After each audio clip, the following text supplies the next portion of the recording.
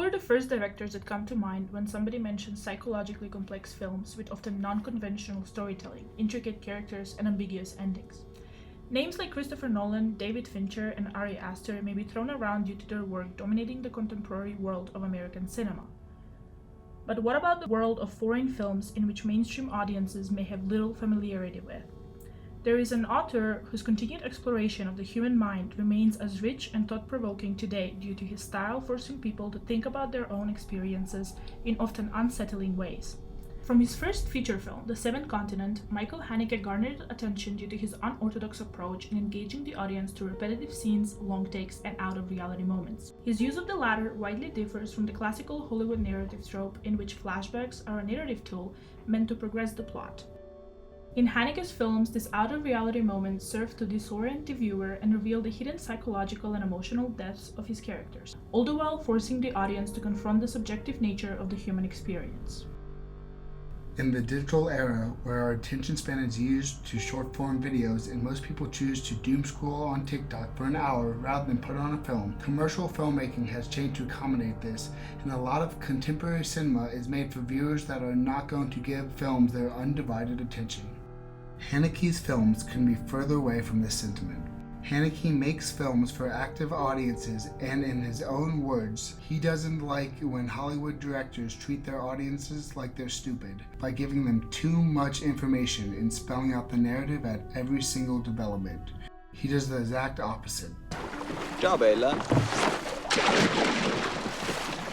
Not only does he use techniques like medias res, which already gives the audience very limited information about the story at the beginning of the film, but he uses what he already mentioned as out-of-reality moments to ensure his audience is actively engaged with his films rather than just passively viewing them.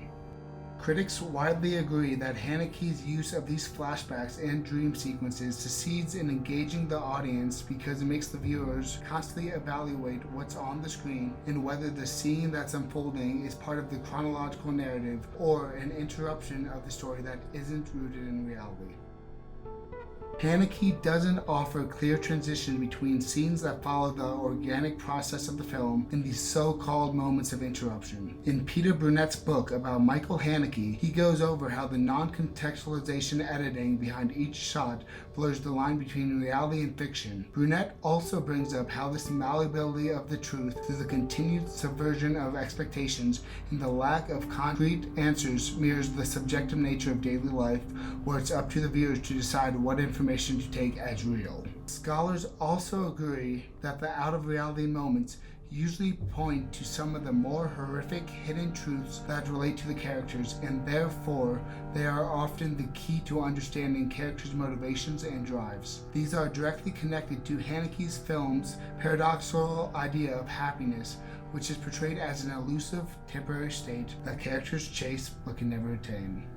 Haneke's psychological approach to depicting the characters' conscious and unconscious drives closely supports Mari Ruti's belief around the unreachability of happiness in regard to how it transcends time and can never truly be fixed in the present moment. Ruti's work also explores psychoanalytic theories regarding the self, desire, and the paradoxical nature of lack, and how it offers an idea regarding the futility of the fantastic promise of happiness. She believes that there is no transcendence of happiness which causes fulfillment of the self, but rather that happiness itself is fleeting once it's acquired. By tying happiness to specific relationships, objects, and people which will inevitably end, happiness remains temporary, in which we also desire what we think will make us feel fulfilled. Our lack or incompleteness never fully disperses once a specific desire is achieved, as our past continues to impact our future. Cachet exemplifies Rudy's ideas. The plot of the film revolves around George attempting to find the connection between his past and the tapes that his family has received from an unknown figure. Several out-of-reality moments showcase the attempted repression of guilt through a distortion of the past and the construction of a fantastical life of happiness under threat by an antagonistic outsider. Near the film's beginning, one of the initial tapes comes with a child-esque drawing of a face with blood on it. A couple of scenes later, the drawing leaps into the physical world of night, with the editing giving no context to whether it's a dream or a flashback. At this point in the film, there is little knowledge revealed about George's childhood past or the lies he told to prevent the adoption of Majid, an Algerian orphan whose parents used to work for George's family. Instead, audiences are forced to be put in George's perspective, who believes he's being blackmailed in ways that would disrupt his current life filled with success. As George becomes more certain of Majid's role, the out-of-reality moments become more threatening. In the context of the film, Georges has not yet interacted with the real-life Majid, who is never shown to harbor any malicious intent, but rather showcases sadness. What we later learn are most likely to be George's flashbacks serve as a visual representation of the resurfacing of George's repressed guilt. These out-of-reality moments help us better understand George's suspicions as well as his subjectivity. Because Haneke's films are often ambiguous, there's no confirmation regarding the connection between Majid and the tapes themselves. When Georges finally admits the truth, the audience is forced to confront the fabrication of the first two out-of-reality moments. Upon reflection, we realize that any semblance of the truth has been reconstructed to fit George's fantasies of being the victim.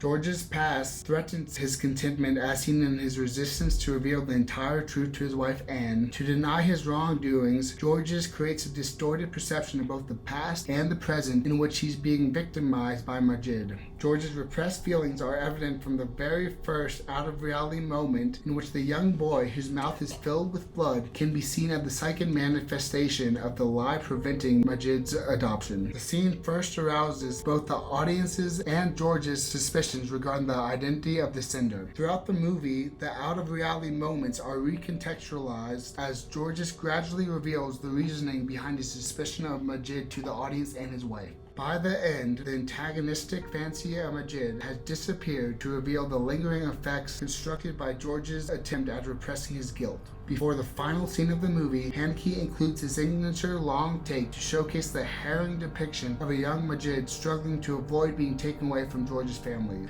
No quick editing or camera movement removes any sense of manipulation, instead leaving both the viewer and the audience with a lingering feeling of guilt. Unlike the first two, George's desire has been presumably complete due to the removal of the figure he perceived as a threat to his happiness. And yet, there is no sense of contentment, as George's mind flashes back to the supposed catalyst for Majid's vendetta.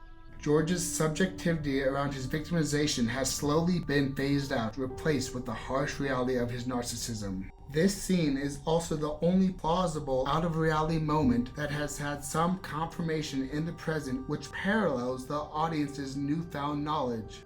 These moments serve to showcase the gradual resurfacing of the past traumas, shifting stylistically from subjectivity to objectivity as Georges reveals his guilt, despite his distortion of an antagonistic Majid.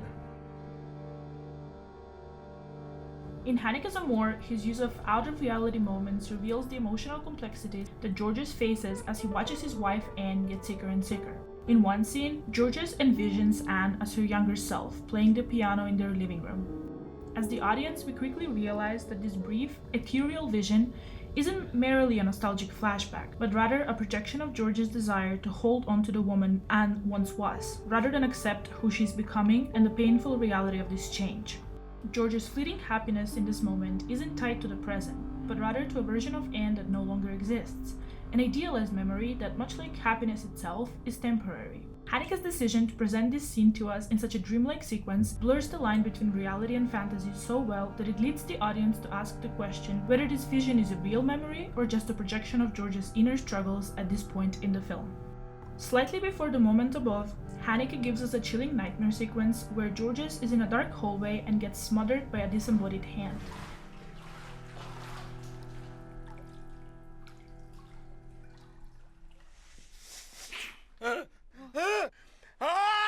Brian Eggert argues that this scene is a chilling metaphor for George's burden of caring for his sick wife, and it's one of the more explicit examples of Haneke using dream sequences to externalize his protagonist's fears. The nightmare perfectly encapsulates George's fear of loss and his struggle to cope with Anne's rapid health decline. On the other hand, the paradoxical nature of happiness is well explored in one of the final scenes of the film, again with the help of a dreamlike sequence. Well after we've already witnessed Anne's death, we see Georges walk into the kitchen and see Anne, unburdened by illness and age. This sequence further blurs the line between fantasy and reality, and instead of providing any closure, Haneke reinforces the idea that Georges' happiness, like the vision itself, is tied to the idealized version of Anne he holds in his heart. We're left with no answers regarding the meaning of this sequence, rather we're left to grapple with the fragility of human desire and the impossibility of holding onto something that has already slipped away. However, despite the lack of answers offered by the film, if you briefly go back to Ruthie's reflections on love and desire, we are offered valuable lenses that can help us interpret these sequences. Ruthie writes, "Love is a slippery, unruly thing, and trying to control it robs us of its delicious unpredictability. We can analyze George's visions of Anne to represent his attempt to control his grief, but in doing so, he falls into a fantasy that is no longer real. The fleeting happiness he experiences in these out-of-reality moments is tied to a desire for something impossible to obtain, the return of his Anne." For most of the film, or ever since Anne starts getting sick, we can argue that George's happiness is no longer rooted in reality, but in a lingering fantasy that can never truly be fulfilled. From our deep dive in both Cachet and Amour, we can conclude that Haneke's films force the audience to think about the unsettling nature of human existence, all of its unreachable desires, the suffering that comes with it, and the fleeting happiness humans so desperately try to cling to. Haneke's use of out-of-reality moments serve not only to disorient and engage the viewers, but also to reveal the psychological depths of his characters as they struggle with their past, fantasies, and the fragility of happiness. With these flashbacks and dream sequences, Haneke masterfully walks the line between providing plot clarity and deepening the ambiguity of his characters' inner feelings and desires. However, in the world of cinema, which is increasingly obsessed with clear narratives and happy endings, are directors like Michael Haneke necessary to remind us that life is often more complex than we care to admit.